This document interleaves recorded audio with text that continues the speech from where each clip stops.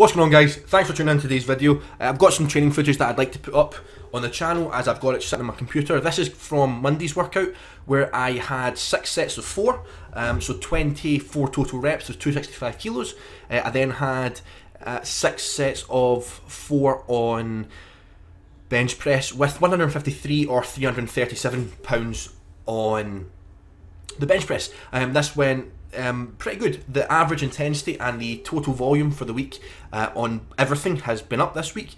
Alone on squats, I believe I've calculated working sets alone. I have done about 32 to 33,000 pounds worth of squat volume, which is pretty damn cool, you know. Most definitely pretty cool. I'm very surprised at how well I'm handling it.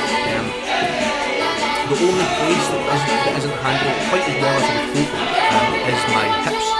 I'm finding that both my hips are, especially my left one, are definitely playing up a little bit, and they're not feeling quite as happy as I would like them to be. With regards to my actual recovery rate from how I'm mentally feeling, physically feeling my muscles and everything like that is awesome, and my recovery is feeling second to none. But my hips are definitely playing a little bit of catch up. However, I actually this week, starting on Tuesday, have started doing a little bit more and adding a few little more things on my hips, and it has already made a pretty dramatic impact on how my hips are feeling, which is really good. And I actually, you're seeing this on Thursday, I'm voicing over this on Thursday, and I actually squatted today. I had 5 sets of 6 with 251 kilos or 552 pounds, so 30 total reps, and my hips felt significantly better during today's session than they did in Monday's session. Which is very, very good. I've now got 3 full days off from squatting. I will be deadlifting and benching on Saturday, but I've got 3 full days off from squatting. Going to really take my recovery on my hips very seriously, and that should be good to go. But it's no injury. It's not an injury. It's a little bit of tendinitis and a little bit of inflammation, and I mean, quite frankly, that's really not something that really tends to bother me that much. I mean, is it something that I would rather not have? Absolutely, of course I wouldn't rather have it, you know, because at the end of the day, being in pain is never a positive thing. But will it impact my performance? I think not. I do feel that sometimes when you've been in pain, it can cause maybe people to be a little bit hesitant with things. However, it doesn't really tend to do that with me. Call it stupidity, call it experience, call it a lack of care, you could call it whatever you want, bravery, you mean, it could be whatever you want to call it, you know. It could be experience, bravery, stupidity, it could be all 3 mixed together, but it doesn't really bother me. I know that if I hit the hole and I'm experiencing a little bit of pain in my hips, it's just a little bit of inflammation, and it's not going to stop me, you know. It just doesn't really interest me very, very much, and I obviously know as well that if I can make a significant improvement in 2 days between squats from it, I know that as the volume tends to drop down a little bit as we start kind of upping the intensity and lowering the total workload per week, and I continue to do that, my hips will feel better and better and better. So yeah, that's what I'm doing. Me and my physio are doing some work on it as well. He's helping a lot.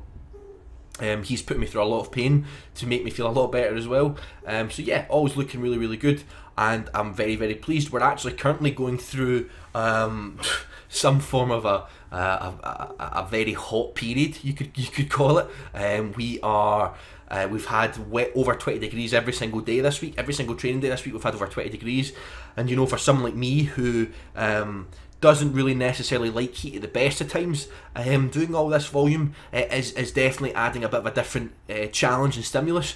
But you know, I see that as a positive. It gives me just another chance to work on something, you know, and it gives me a chance to have another added struggle, you could say, which will mentally and physically test me, and that is really, really good, and I'm pleased about that. And then I moved on to 6x4 touch and go and benching with 153.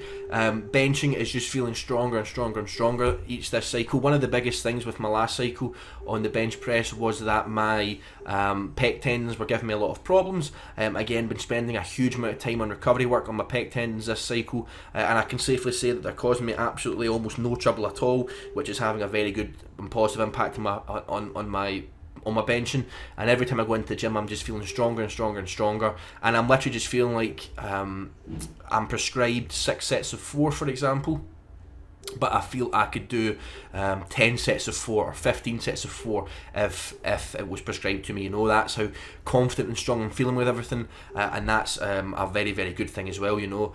So here we're coming up for the second last set, and everything's just going well. I'm just doing my job, nothing's fancy, nothing's special, nothing's unique. I'm just doing what's necessary, keeping my head down, putting in the work, doing everything I can outside the gym, and I will bring my best package to the World Championships, do what I'm capable of, and that's all I can ask of myself, you know. And I'll let the chips fall where they do, and it will be an experience of a lifetime, somewhere to build from, going into the Scottish and the British Championships for the rest of this season, and then one more year of competing internationally for the juniors. So thanks for watching, and I'll speak to you next time.